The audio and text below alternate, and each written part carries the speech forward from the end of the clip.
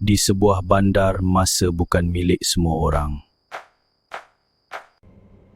Ada satu kedai yang tak menjual masa, tapi membeli hidup manusia. Aku perlukan duit.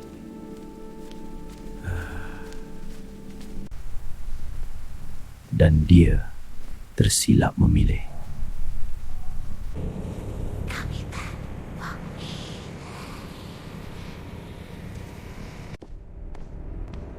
Selamat datang. Nak jual berapa tahun hidup kamu? Apa benda ni? Kami beli masa.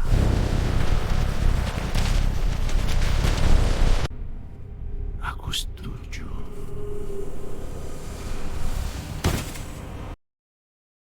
Dia kini kaya tapi terasa kosong.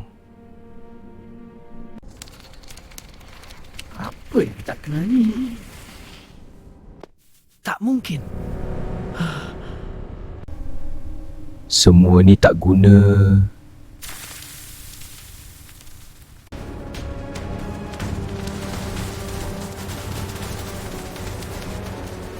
Tidak!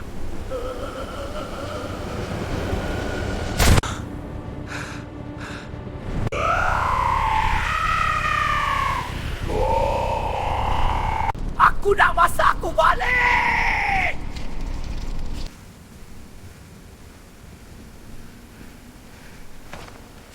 Tiada jalan kembali. Tolong kami. Itu aku. Masa lebih berharga dari segalanya. Jangan tukar hidup demi sesuatu yang sementara.